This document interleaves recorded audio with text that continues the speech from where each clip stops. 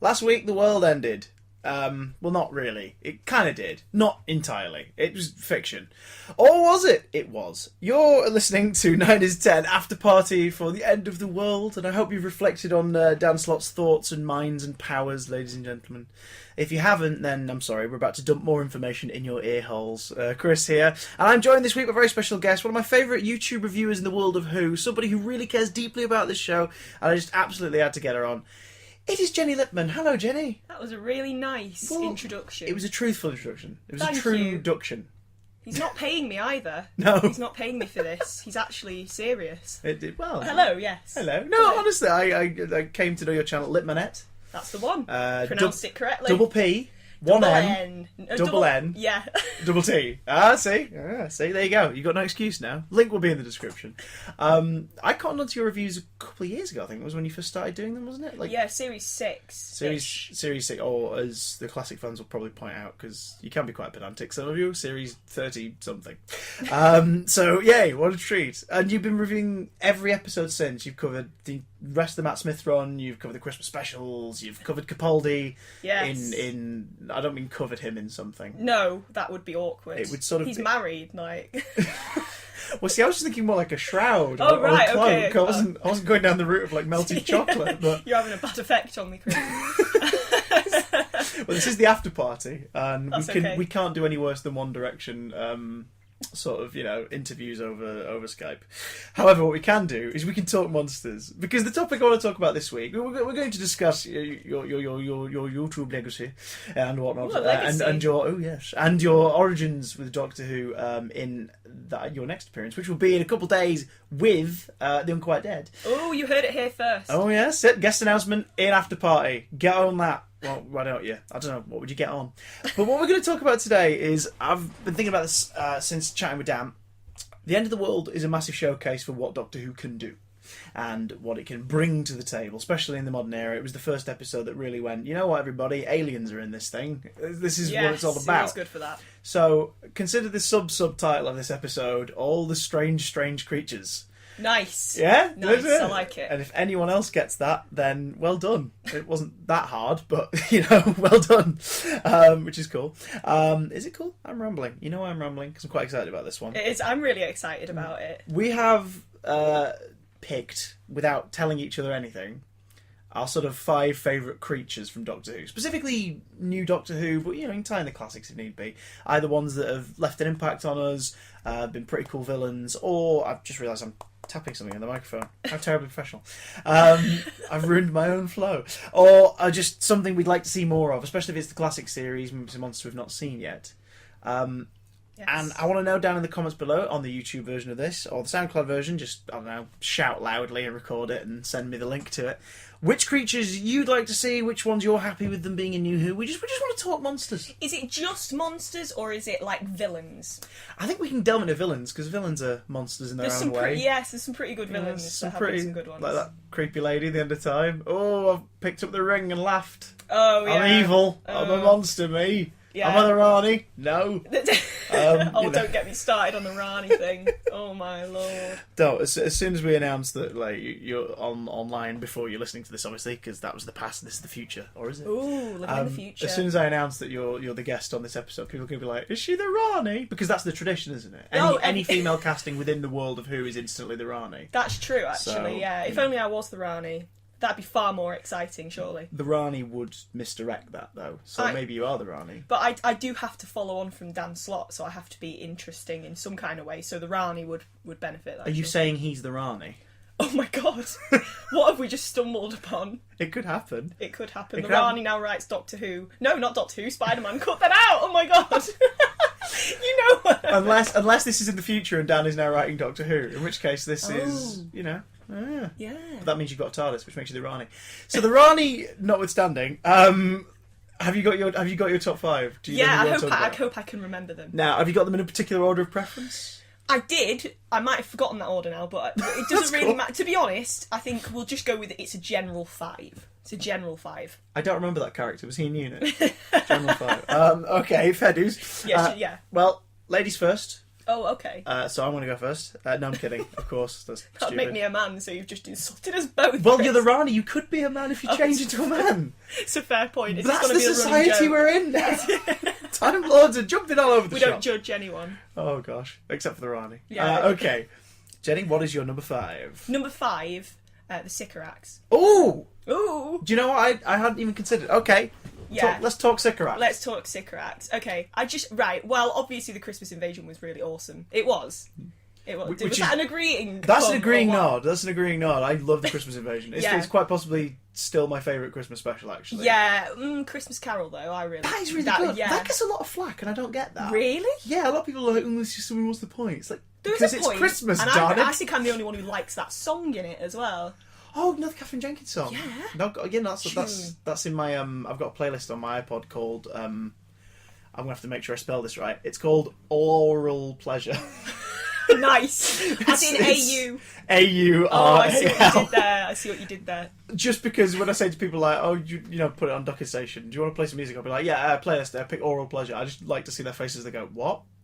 I'm like, it's spelled, No, it's with an A. It's fine. It's with an AU. It's Yes. AU. But it's even in there, and it's mostly funky beats, yo. And then it just Then comes in with a Abigail's song beautiful just creeps in. operatic. I can't think of the word to follow that. I'm supposed to be a writer. Anyway, moving on. I'm the writer of the mouth. So the Sycorax, like, Yeah. okay, like, Well, yeah. No, I thought they were just a really good villain. You know, sometimes you get villains in Dot 2 or Monsters, and they're quite. They're monstrous, but they sort of have a bit of a backstory. Some of them you feel sorry for. You know, it depends Yeah, how the yeah. episode is, doesn't it? Really, but with the Sycorax, it's just like we're really bad guys. Yeah. And I always think when I think of the Sycorax, I think of when they're translating their messages, and one of the messages is Sycorax Rock, which just cracked me up. I think they're really good. And that's quite cool creepy. because you almost want to know why that's the angle they went with. Yeah. Like, hang Where on. did they get that from? Yeah. Sycorax, we're badass mothers, yo. It's like that doesn't. You're losing the threat of it there, guys. We up in your grill. Yeah, they sent a lot of messages and just we rock. And that's it. Yeah, it was, but it was good. That sort of cracked me up a little bit. But I just thought they were really in the way they looked, though. I think they were quite striking, and I always wondered why they never brought them back. Yeah, I think they came back. Actually, I think they came back in a 10th Doctor. It might have been 11th Doctor actually, but a 10th Doctor story. I think in DWM, where it's the and this is sort of a weird storyline. It's like the widow of the Sycorax They leader killed. comes back with like a sisterhood of warriors who basically go like, Sounds pretty good. You killed like essentially our husbands. We're going to murder you. And it's Actually, apart from that sounds amazing. Actually, but apart from that, they mentioned them in the Pandorica Opens. You know, when all the ships are congregating over I think you Stonehenge. see a Sycorax, I'm like sure River just Song one of the says warriors Sycorax. in the crowd as well. I think you see Yeah, one of so- their bony faces Yeah, so, like, knocking so about. they've sort of come back, but not really. Kind of. That's not the same. No, it's it's not the same. The Slane get a mention in that. I don't see him anywhere. Yeah, that's Knocking true. about. Actually, you'd hear them, wouldn't you? Though The Pandorica is ready. Ready for... Oh, God! You'll set me up. I don't even have a nose, and that is disgusting. So the drama would be a bit offset. I do love the Sycorax, and they're also kind of the Autons point too. Like, we didn't need a big special mission. We didn't need any complexity. They were all about being the present threat in a story of meeting this new guy. Like, that was the focus. Rose taking sort of charge and meeting the new Doctor. Sycorax didn't have to be brilliant, but like the but then culture they just hint came at- along to just ruin everything. That was it, and that's what I liked. I think, in a way, I sort of like my monsters to be simple. I don't like being given all this backstory about how they're actually all right. You know, in episodes. I won't bring up episodes. It's gonna make people angry at me, isn't it? Oh no, go for it! I'll trick one out there. I just, Like with the Teller, who was really good actually, but the Teller, and there's you've got too much going on with yeah, it. and in the end, in yeah. Hyde as well, and things like that. It starts getting a bit. It starts getting a bit much. Whereas I like it when they're literally their sole purpose is just to. I want to say F shit up. Yeah, That's what I want to say. You can say that. You can say. Can I? You Am I allowed the F? Maybe just. I think F shit up's the best way F to do shit it. up. Yeah, That's what they're coming to do. Yeah. got So- to keep this 15 certificate. Yeah. For all those hardcore Do our best. Whovians who like to F shit up with the Sycorax. So yeah, the Sycorax are a great choice, and I agree. I would like to see them back, and I'm kind of annoyed I didn't put them on my list. My number 5, and this is mostly tying into End of the World last week. I want to know more about the Moxa Balhoon. Oh, he was so cute. He's brilliant. It's just this tiny little, just fierce little face, but then speaks like this. I mean, to be fair, he did get murdered in that episode.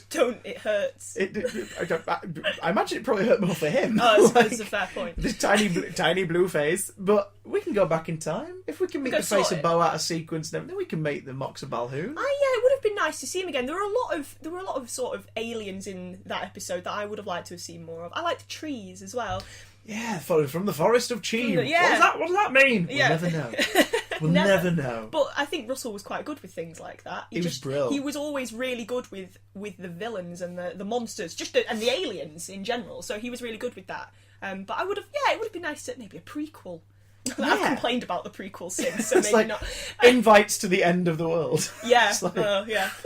Maybe that'll be the 10th anniversary celebration that they do eventually unveil that they've definitely planned, that they've definitely done something. You know, they've definitely made something. Not that they've missed the date or anything. No, they wouldn't do that. I hold out hope for a convention or something. Just anything. Prequels. Just Chris Eccleston going door to door in Manchester going, you're right.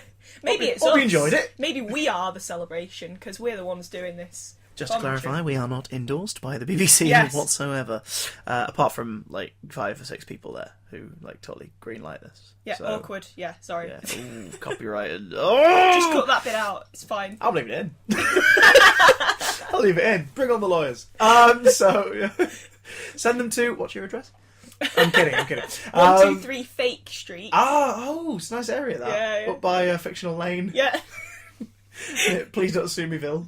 But like you say, all the aliens in the end of the world, again, very big mix and very visual. And there's a couple as well. There's a couple that sort of got very Star Wars Cantina-esque faces. Like the sort of stuff where it's not too technically incredible, but they're nice in the background. And it makes you think, that's almost a slight callback to older Who. That makes me think of, in Rings of Akaten, when they're all there. And that was actually, people had to go about that, didn't they? Because it was a bit too much like the cantina scene. But with there was this shot of them all in the audience singing, and one of them had just fairy lights as his face. Have you seen that? It's amazing. I think that's trying to outdo the wicker basket face from End of the World, actually. The one that's just wicker baskets in a cloak. Love that. What do we have? And then get those baskets. Just pop them on his head. Yeah. That'll do. Paint the sky blue. We'll be alright. But at the same time, you get the great names in that one. The adherents of the repeated meme. Yeah, I always... Great name. Repeated meme. It's brilliant. The internet. Tumblr's... There's something that Tumblr's not latched onto there. Actually, which that's a good will. point. Latch onto it now. Make it famous. Do it. Do it. You can do it. You can make it. We believe in you. You can make it insta famous. What's your number 4? Oh, I like the Emperor Dalek. Oh, from Series 1, from Parting of the Ways. Of course. With his big, bulky ways. Oh, he's so cute, but he's really small when you actually see the prop. Have you seen him? I have. I think that's probably that and the Slitheen are probably the most toured props from the show. Yes, They've been to every exhibition and are just looking more and more knackered every time they appear. Yeah, it was a surprise seeing him for me, because I think I might have been the only one who missed him at exhibitions. He's so small. But I just thought he was awesome. Well, the Parting of the Ways in general was awesome, but... the Emperor Dalek, he just had it all, didn't he? And I couldn't not have the Daleks in my top 5, even though they're overused, to be honest. But not the Emperor Dalek, he just did a bit different. Yeah, well, again, it was stand out, and it's very memorable too, but I would like to see more of him. I definitely would. If not him, because he probably kind of got dissolved by the because we want to lady, but it's a very good point. Yeah, she made him disappear, but that doesn't mean travel. there can't be others. Yeah. The Daleks keep coming back. Bloody hell! There's so many of them every time. There's got to be another one who's sitting there in his little tube, They've hanging out. got to have another emperor. It's like with the Queen Bee thing, isn't it? The bees always. You know what I mean? I'm just picturing a beehive with a tiny bee sat inside a big metal frame commanding the other bees. Oh, a little fluffy bee. Oh. Make it so. But yeah, Emperor Dalek. Yeah, there's not much else to say about Someone him. draw that, please. Somebody draw a tiny bee. Oh, as what, sat inside the Emperor Dalek. Yeah, Please just chilling out. Oh my god, that would be the best. So, my from bees to spaghettis, that doesn't work. My number 4 is the Ood. oh my god, I forgot about the Ood. That's the thing, because they appear in one of the, admittedly, I think one of the strongest stories of the last 10 years in Impossible Planet and the Satan Pit. It's one of those when you rewatch it, you go, wow, this is actually pretty damn creepy. Yeah, it's a really scary episode. It's like actually. so unnerving. And then there's the nice little, there's very subtle hints to Pyramids of Mars and the whole casting of Gabrielle Wolf and the Beast from Beyond and everything.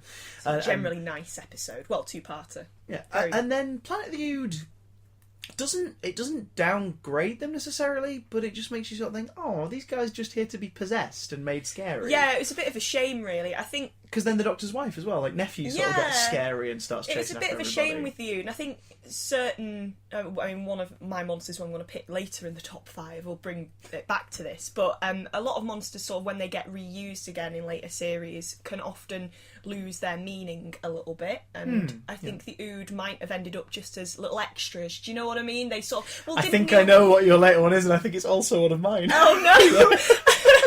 Well, like Neil Gaiman actually said that initially he didn't have the Ood in his script for the Doctor's wife, and because of budget and so on, they said, we got an Ood, and he was like, yeah, all right, then he put it in.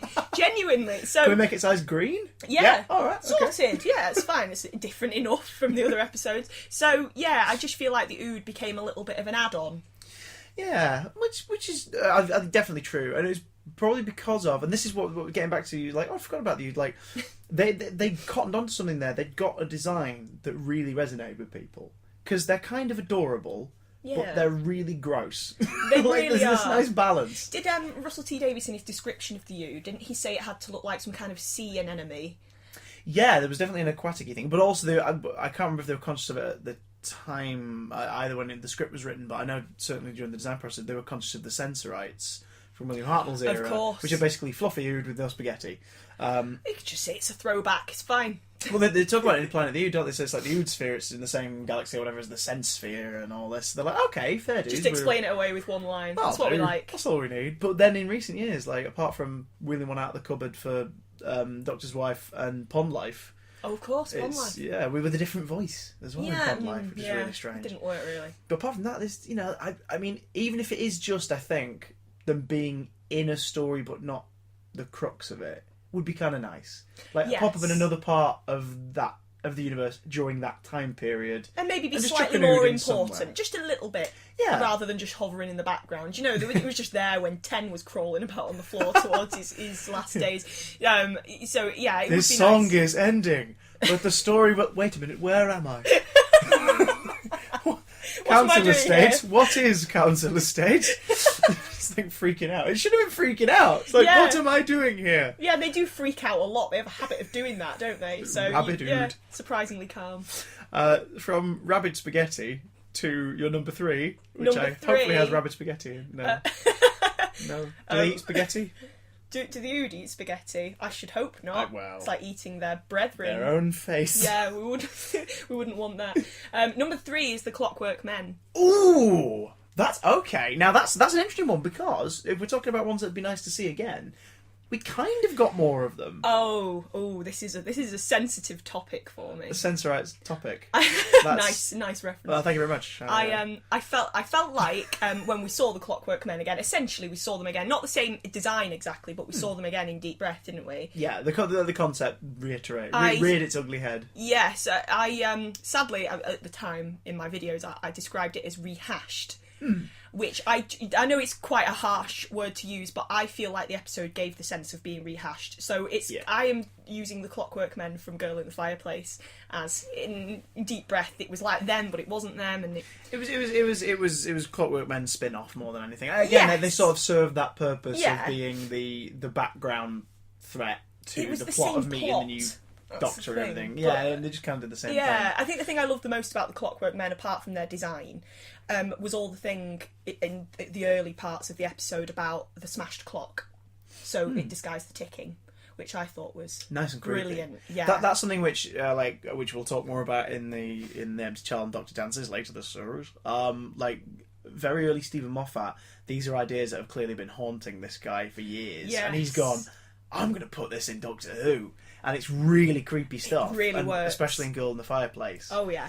That is unnerving. And the Broken Club, I'd forgotten about that moment, but that's a really... it sends a bit of a shiver down your spine, but they're, the sort of the Renaissance type costumes that they have on the smiling faces. Yes. Yeah, really, really creepy. I can't quite forget them, really, and with the get the sort of sharp thing come out of its hand. Yeah, which again, in Deep Breath, like, there's just a blade, and I was like, I quite like it's almost like a cog or like a bit of clock or something that's just been ripped sharp. out. And, yeah, ooh. yeah, it worked. It really worked, and they were spooky. Spooky, Definitely. But could be defeated by banana daiquiris and. Well, that too. I don't know. There's only clockwork, I suppose, but I just thought they were part of a brilliant story. Very elegant they've as well. left, definitely, and they've left quite a good legacy. You still see people cosplaying them now, and they're quite memorable, I think. Well, Girl in the Fireplace is not, I wouldn't say largely forgotten. Nothing's ever largely forgotten, but like that episode, I was surprised to see that recently pop up in like the Radio Times top 10 new stories. I was like, oh wow, really? I was like, oh, okay. It was a good episode. Where's Dalek at Midnight? But fair enough. Yes, we won't talk about that. We won't discuss that at length. No. By Jove. But I think when things are voted for by the general, because I don't vote in those things often. Yeah, I tend to sort of sit back and watch. Exactly, and I think the hardcore fans, I think a lot of us don't involve ourselves in that, just because it sort of bypasses me somehow, because there's a lot of polls out there. Yeah. So I think it's just the casual viewer who votes for those things, so I can see it. We're going off topic a little bit, but you see what I mean. So I was, I suppose I wasn't really surprised to see it there, but it was a really good episode. It was very well written. The love story element niggles me a little bit. Yeah, I know it sounds weird. If it was one of the books as opposed to one of the episodes, I could probably buy the love element a bit more comfortably, because it's like we could really see or hear about how much time has passed or whatever. Yeah, and it's like, okay, you're starting to grow a bit fond of each other. That makes sense. You know, sort of accidental reverse Stockholm syndrome. Yeah, like, I'm trapped with you. I mean, you're not trapping me here, but I'm trapped with you. I think I love you. Yeah, I think I love you, Madame It de didn't Pompadour. fit too well, did it? But it was nice. It was a good episode. Good monsters. Speaking of good monsters who, and I think this is your later edition, my number 3. Speaking of good monsters who have maybe lost their way a bit, it's everybody's favourite jacket potatoes in armour, the Sontarans. No, it's not. Was it not yours? No, Oh, I almost put them in my top 5. Almost. No. Oh, there's a lot to talk about. I'm going to throw this out here now, and we're going to skip 9 years into the future from the year we're looking at mostly here, everybody, but like, I do like the character of Strax. I do enjoy him. I prefer him in moderation. Yes. I think is the best way to put it, and because I think Dan Starkey's a very capable performer, and I think he can do brilliant stuff, but at the same time, my frustration with that character more than anything is I'd like to see Dan Starkey play a baddie Sontaran again now.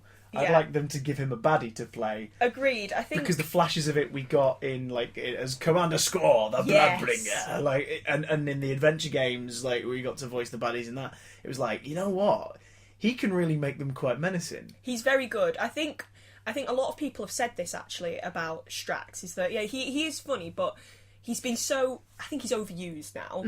He's been so overused that in a way he's almost making a mockery of the Sontarans. Yeah, which is again won't be Dan Starkey's intent. No, Dan Starkey is brilliant, and it's all about how Strax is it's repeat appearances, isn't it? And it didn't help that in Time of the Doctor, the 2 Sontarans we got in that were goofy. Yeah, it was like, why are they goofy? Why are they all make any goofy? Sense? Exactly, like, they weren't goofy before.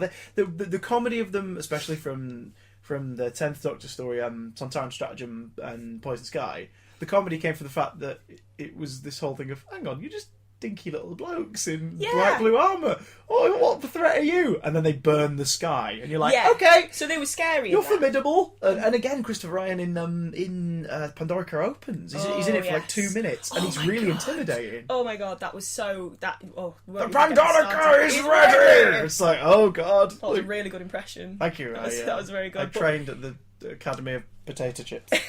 But yeah, that line on its own almost made the Sontarans scary again. I'd like to see them do it again. Oh yeah, creepy. Definitely. And as I say, this is not us insulting Dan Starkey at all, because he's fantastic. He is, and actually because he was of course in the recent Christmas episode. Yeah, he was. He was an elf, wasn't he? And you could see how diverse he was. So I think we just need to have Strax in moderation. Yeah, a bit less, or just give him a villain. Maybe every time he turns up, he can hit Clara in the face with a newspaper, with comedy sound effects. Yes, that would make me very happy. Yeah, it would make me extremely happy. Every scene. Yeah. Oh gosh, in 10 years from now we'll reconvene for an after party specifically about a certain character. But That's a tale for another time. We're talking of monsters. We're gonna get carried away. But Sontarans, I did like their reappearance. The Sontaran story in series 4 isn't the strongest, but I do love them. One of my favourite Doctor Who stories is John Pertwee's The Time Warrior, when we first meet Lynx as the first Sontaran. It's a great story. If younger listeners haven't seen it, or if you just never got around to watching that one, highly recommend it. First appearance of Sarah Jane, medieval castle, and a pretty damn creepy Sontaran. What's not to like? What is not to like? Well, there's a lot of hay, and Medieval whenever I watch castle. them with lots of hay, I always feel a bit like I've probably got some hay on my shoes. That'd drag Never in the thought house. of it like that. That'd drag in the house. Oh yeah, that's Game a of good Thrones point. sends me into a trance. Really? Like a rage trance over hay. I can't do it. Just like, does your I'm like, oh god, Rob Stark. does your missus just come in and you're just hoovering and go, I'm just like, I need to unclean. get rid of the hay? It's so unclean. So yeah, if you have a problem with hay, maybe don't watch The Time Warrior. But yeah, but do check it out. I do like me some Sontarans, and I'd like to see some more bad guy Sontarans, I think. Yeah, maybe it's about time we got some, and maybe it'd be nice to see how Strax deals with them. That might be good. That'd be cool. Yeah, I'd be up for a Strax story where Strax has to deal with the Sontaran sort of fleet, because of course it's the split loyalty. That'd be quite and nice. as well as that, it'd be It would be a. as well as that. So we had a momentary audio fluctuation there, which makes it sound technical. Yeah, it does a little bit. I should probably fix it. Hang on, sorry. That did nothing. I was just making a sonic screwdriver noise. Oh, see, I was going to go along with that then as well. Oh. Oh, well, you've ruined it now. But yeah, if they did an episode like that, it'd be quite nice, because it would have parallels with the Doctor and how he deals with the Time Lords. Ooh, parallels. Can you hurry up and write that episode, please? And just Yeah, send it if to anybody wants to hire me, do it now. Do it now. You need more female writers. So. Yeah, and more Sontarans. More so everyone's a winner. That's for sure. Yeah. I was going to do karaoke then. What is your number 2? The Reapers from Father's Day. Oh my god, yeah. Okay. I want to hear your reasons. Off the bat, because I'm curious about this. Why? Because I toyed with the Reapers. Oh, did you? I toyed with the Reapers, but I couldn't quite bring myself to anything more than I'd just like to see them maybe Well, got more. You know what's funny about the Reapers though is because they're so brilliant in Father's Day, and they're really menacing. They're one of the few enemies that's actually killed the Doctor as well. Yeah, exactly. They're a very short list of bad guys and creatures that have succeeded. Killed the hero. Yeah, and I think it's brilliant that you're always quite distant from them as well, and you sort of can hear them and only occasionally see them. I think that's pretty cool. But then there's also obviously this isn't the Reapers' fault. But there have been many episodes since where they should have been around. Yeah, there's just sort of, oh god, we've screwed with time here. Where are the giant parasites going to eat everybody up? Because that was a great idea. In that, the reason why I'm fond of them is the whole they're here to cleanse the wound. Once upon a time, the Time Lords could keep track of this sort of stuff. Yeah, but they're gone. And they're gone. So these things are going to show up, devour anything that shouldn't be here or is affected by the changed events. But then, of course, that means they're going to keep going, which is brilliant. It's such a simple. You know what? Sometimes Doctor Who does these ideas that are so simple but so effective, and this is one of them. And they're going to eat everybody at the wedding, and then people at the wedding will have died who shouldn't have died. It's so just now gonna their make it lives are worse. affected. So they're going to fly off and eat more people in London. Yeah, and it's just genius. oh my god, this could just get bigger and bigger. You see, so you didn't even need to know my reasoning. It's just exactly you understand. You've made that happen. Yeah, my brain was oh, they're quite cool. Maybe them. No, it's all right. But I'm like, yes, god damn it, yes. Yeah, they are amazing. They are, and actually, funnily enough, my friend Darren, who's actually in the room at the moment, who I came down with, he was telling me that he's ever present, like River Song's memory. Oh goodness me! What's the name of the Doctor? What's his real name? Now you can't hear that because only Clara can hear Darren right now. And she's not here, and that's a good thing. Yes, it is a good thing. But Darren was he was telling me, I'm not going to take the facts for my own, but Darren was telling me that the Reapers appear to be plagiarised from a Stephen King story. Oh. Okay. This is just something that's a theory. It's not a thing. I think it's probably just that they're very similar. Oh yeah, well that's the thing. No idea is truly original anymore because there is so much that is either similar to it and can be compared to it and whatnot. Yeah, I mean, at the same time, do you know what? If it is a pillage, good. Because it's a good pillage. It is. I think as pillaging goes. I think they're different enough that it's not actually plagiarism, but it's like they are similar. And I haven't actually, you know, I'm a big fan of Stephen King, but I haven't read the story. Darren, would it be alright if you just told me the title? It's the Langoliers. The Langoliers. Oh, the Langoliers! Oh, of course. See, my memory of the Langoliers is tainted by big CGI meatballs with teeth in the TV movie version. With it, Yeah, that's oh dear. So yeah, They're slightly more impressive, but these monsters they ate time.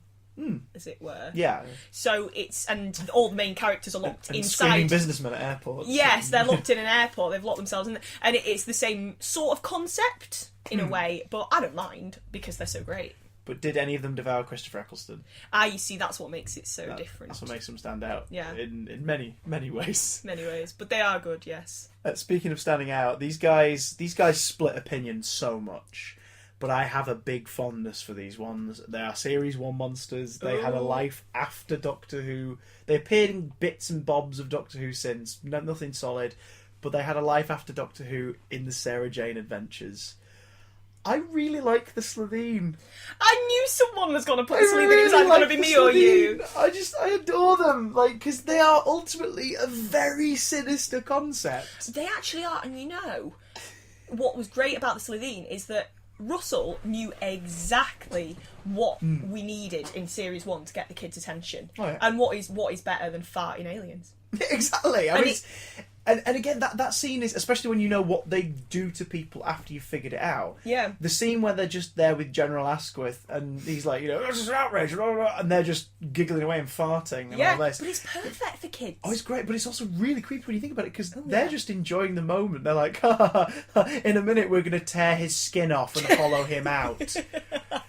Do you know, it's like, oh my god, this is It's morbid. horrible, isn't it? It is. And like when this isn't showing off because I'm sure like 90% of people listening also can say this name, but when Blonfell Pasamir Day Slitheen grabs the guy at the end of part 1, Nice. and he's like hoiking him up and throttling him and stuff, that is really creepy.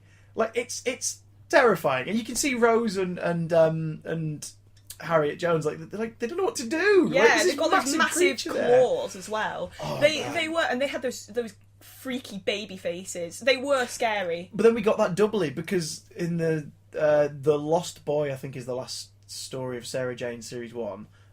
We saw a bit. Actually, I don't think it's just in the Lost Boy. I think it's also in Revenge of the Slitheen, which was the first full story from Series 1 of the Sarah Jane Adventures. And I was just pushing up my nerd glasses there. His imaginary nerd glasses. Oh yeah. I could wear my nerd pipe, but audio wise, it doesn't really do anything. No, he has got piping right now. I can clack it a bit. So there we go. That's me clacking it between my teeth. Yeah, there's a baby Slitheen. There is a child Slitheen. I remember that. It's really creepy. There's a figure of it on that shelf there, just yonder. Oh yeah, His little baby Slitheen, one of the few Sarah Jane toys they ever made. It's really, really creepy. So we got baby faces, and then we got baby faces. Yes. I adore them because they are.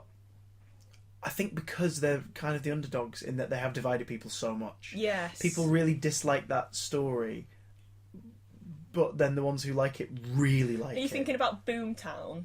Now, Boomtown's a sort of separate element for me, and in the run up to this series of podcasts and commentaries, I rewatched Series 1, which I'll be honest, didn't take a lot of effort to convince myself to do. I was like, rewatch Series 1 again? What a shame. Don't mind if I do. I was just like, I had to do it again. And I realised, I think my favourite, spoiler alert for episode 11, I think my favourite episode of Series 1 is Boomtown. Which is a weird statement, I know. Didn't you mention this in your Doctor Who favourites on YouTube that you did? Yeah, I think, yes. I think you did say you had a soft spot for Boomtown. I do. It's because, and maybe it's the underdog element, but it's because they looked at the budget of Series 1, they were like, we can't afford 13 episodes. Like, one of these is going to have to be really minimal.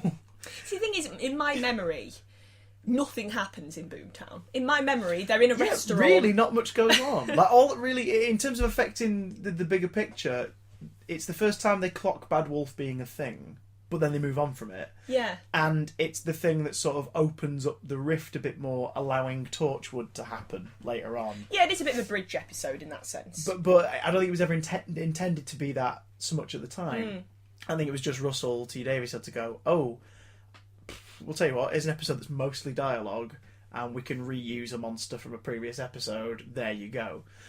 But I really dug it on this rewatch. It really it got me again. I was like, wow, just watching Chris Eccleston and Annette Badland at a table, debating the morals of what he's doing and what it's going to mean for her and what she's done in the past. I was like, I kind of want him to have at least one episode of series where the Doctor sits down with a villain. Yeah. And just has dinner. Yeah. And has a chat with them. I'd watch it. Couldn't you pass the salt? Like, you know, it would... I'd like to hear that. It'd be a bit limiting with some monsters, yeah, possibly, yeah. It's like take you to an Italian restaurant. Oh, I'm so sorry! My god, can you imagine? That's like the most disgusting image. But like ood racism. Yeah, it's it like, is a little bit, isn't it? Like, what have you done? I find this very insulting. I'm so sorry. Oh my god. But yeah, you're right. But with Boomtown, like nobody.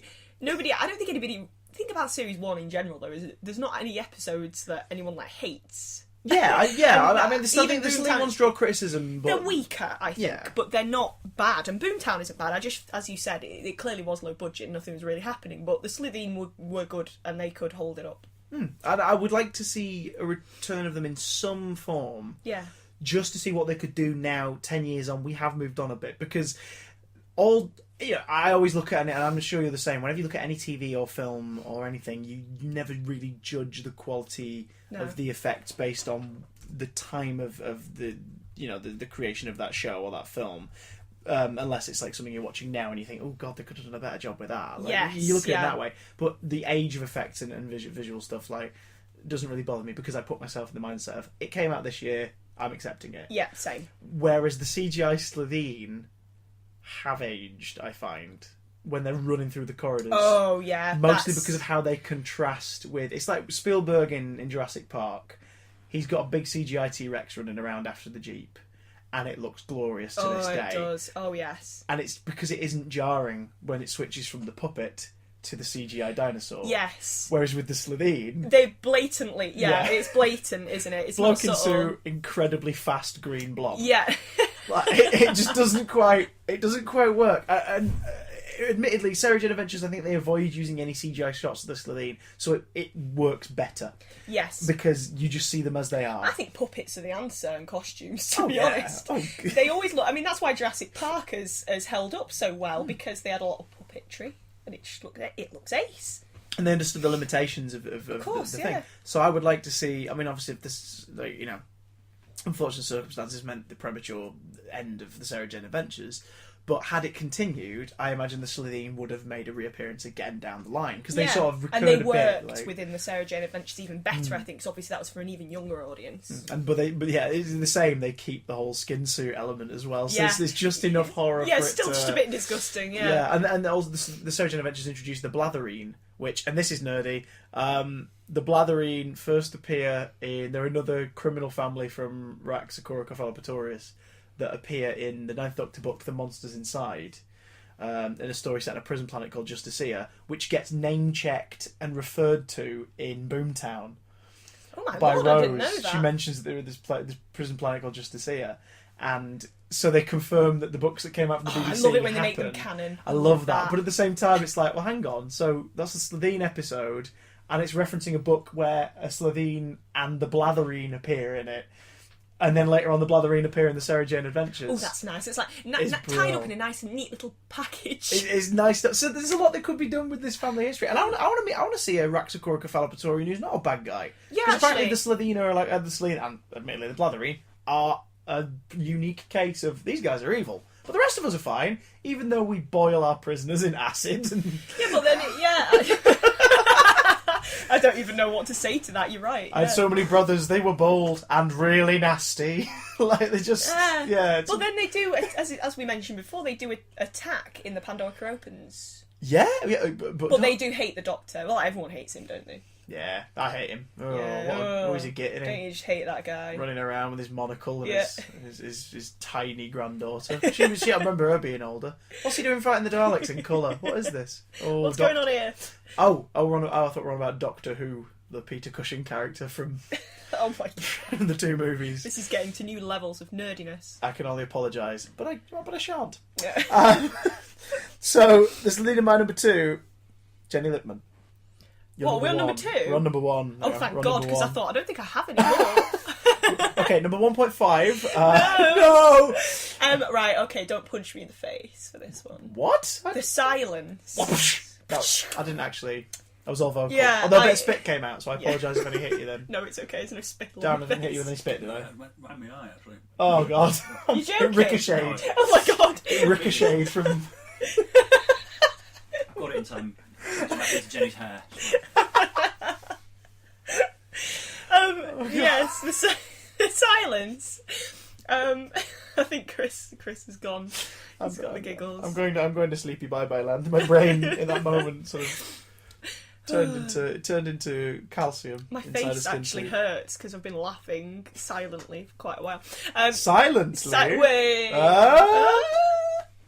The silence. Yeah, now, this is my villain that I was mentioning earlier about having lost its way. Okay, I did not predict that. Oh, wow. Ah. Well, Or maybe I did, but I forgot about it now this when is... I turned away from it.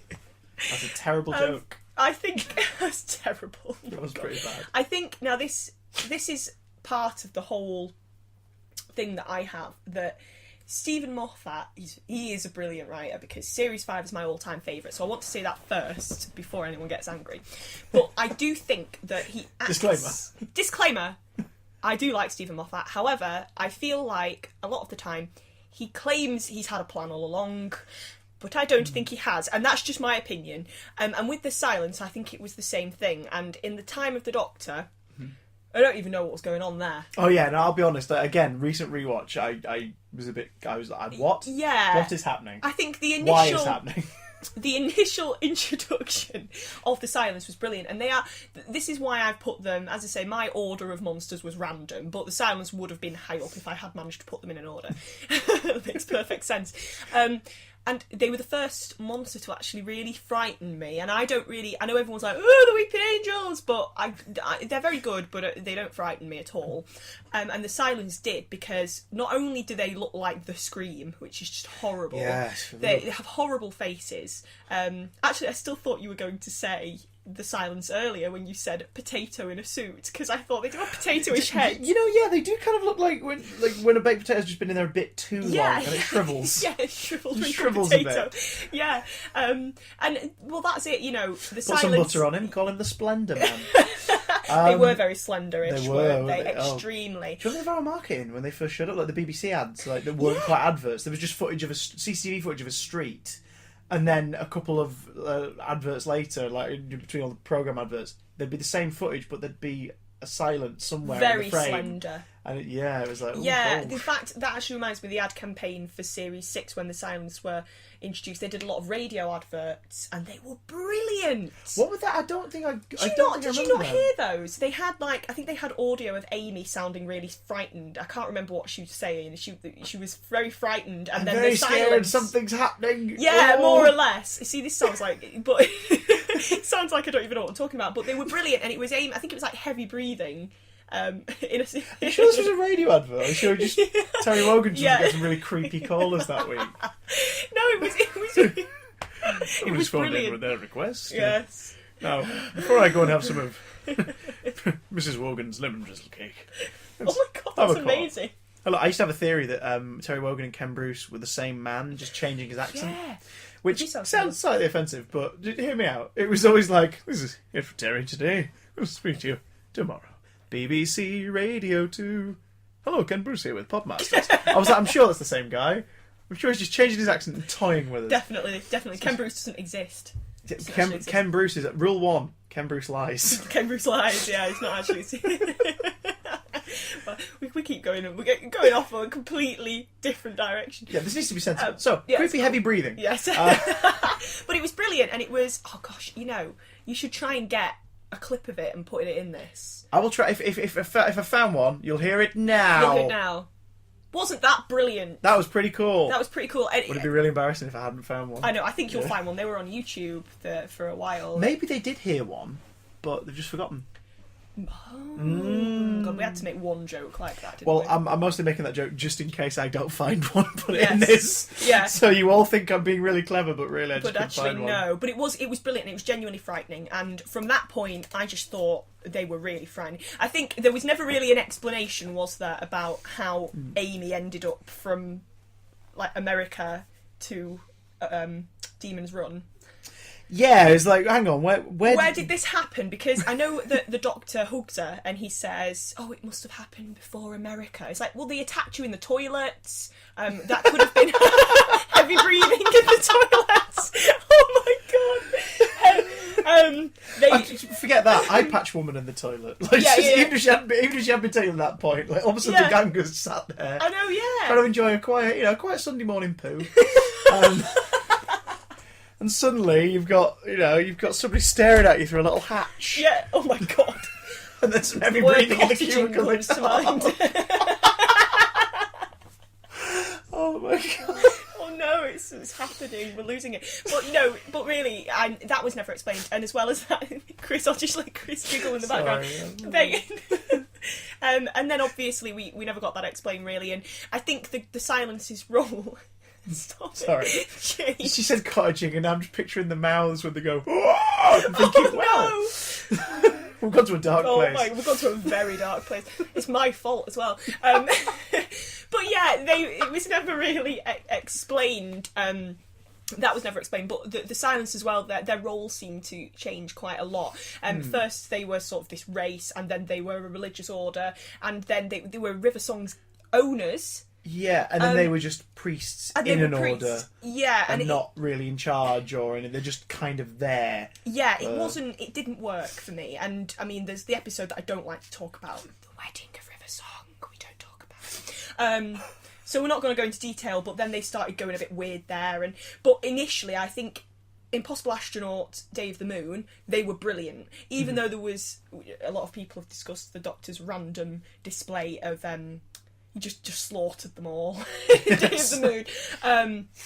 Even though Turned the Earth into a bunch of murderers. yeah, turned us all into murderers, even though he abhors that generally. I mean, I know he can be a bit I violent. don't like but... violence. You lot kill them. Kill them all. So, okay. So I don't have to. Yeah. So, but yeah, It's the Batman theory. I think the idea. I won't kill you. I don't have to save you. It's Yeah. like, hang on, you're What- still letting him die, Yeah. Batman. What are you talking about? These technicalities. Yeah, and that's the thing with the sound. So they did lose their way, but I think when they were initially promoted, the tally marks, things like that, they were really scary and really brilliant. And there was all that about how they had the recorders in their hands, and it was brilliant. The fact that they're the subliminal image we all have of aliens. They're the greys. Yes. That shape has come from them because we kind of know Yes. that they're there, but we don't know. I that love they're there. that. Yeah, that's the typical, long arms and legs, very tall, big, massive, Yeah, like the bulbous head, triangular head and massive everything. eyes, and it was just a brilliant idea. So even though they lost their way, I think they were so chilling in that opening two-parter of Series 6 that they have to be in my top 5. Nice. Even with their dodgy sausage finger. Now, Cottaging.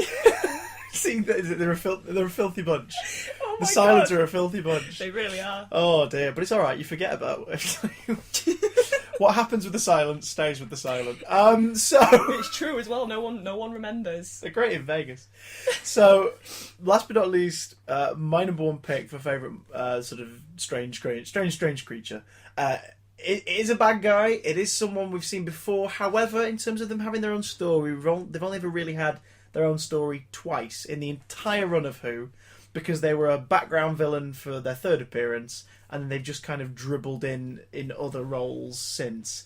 And that's the Autons. Nice. I love the Autons. I was so close to putting them in my 5. Oh, well, maybe you did. Maybe one of your aliens is actually an Auton imposter. Oh, that's true. It could work both ways. The clue was if the Silent was going, cottaging. And so, could have been that. But, I really, really like the Autons. One of my first Doctor Who memories is the TV movie was my first one. I remember being 5, my dad being terribly excited about this thing being on TV, and me not understanding why he was so fussed, and then coming away from it and thinking, I enjoy it. As did you do as a 5-year-old? Oh, it's fun.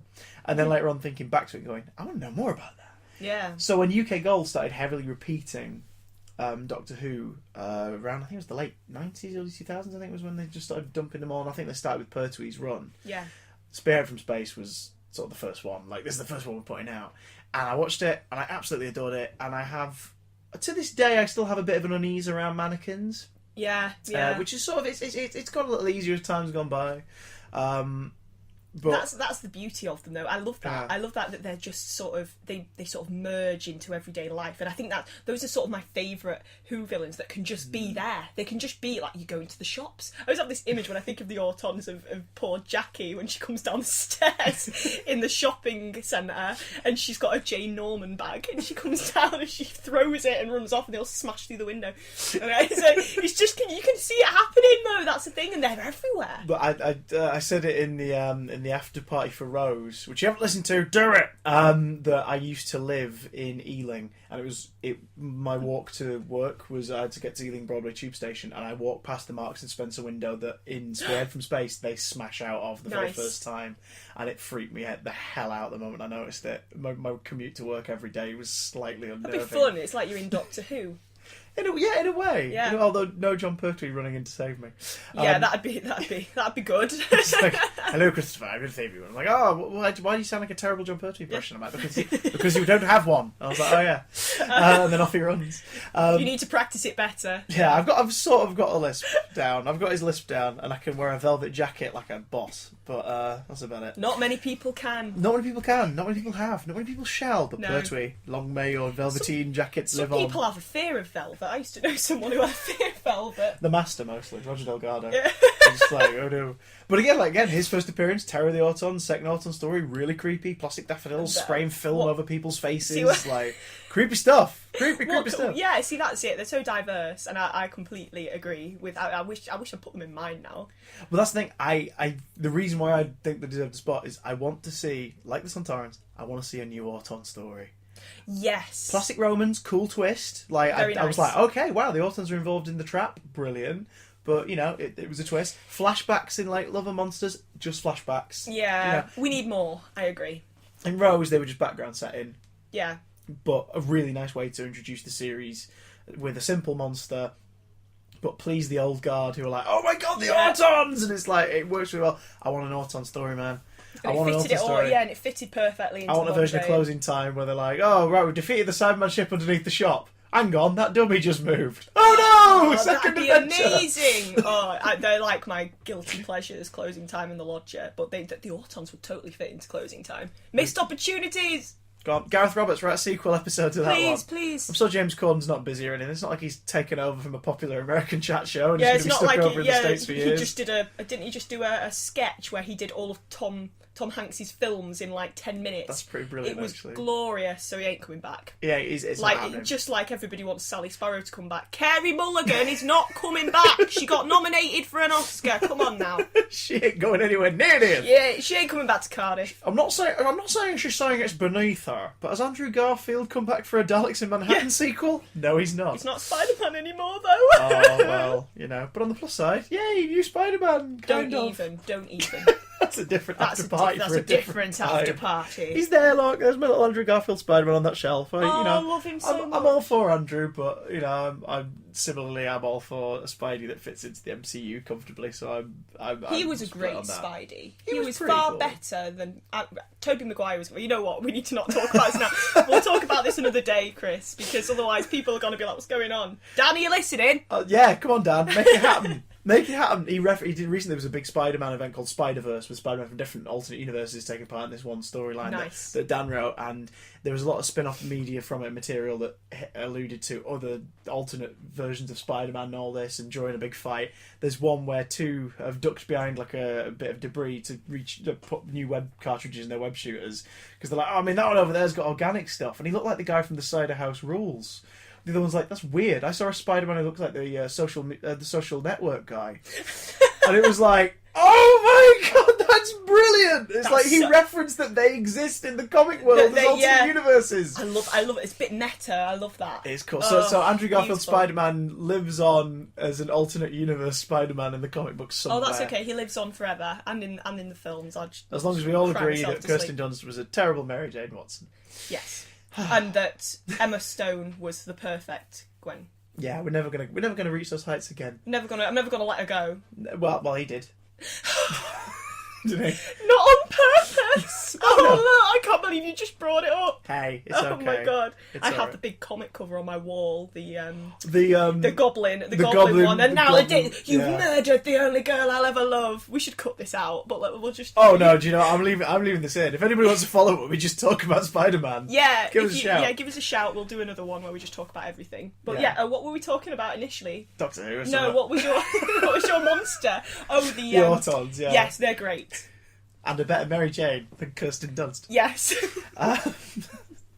Ladies and gentlemen, please give a warm round of applause from the future to the past where we are to Miss Jenny Lippman. Thank you very much for joining me for After Party. Oh, I've really enjoyed it. Oh, it's a shame you can't be back sooner. Like, I don't know, maybe in a couple of days' time for The Unquiet Dead. Oh, wait! Oh, snap! Hold on, you haven't asked me to do that commentary. Oh. Wow. Well, we've got something to discuss. You guys will see you later. Ta-ra for now. Bye. So that contract I handed you, what the small print was for a thing. Nobody reads the small print, Chris. I'll be fair. I'll be honest. I just did squiggles. Oh, right, okay. I think that's generally the case with the small print, isn't it? Nothing legally binding. No one ever puts anything sinister in the small print. Are you sure? Are we still on? No. So,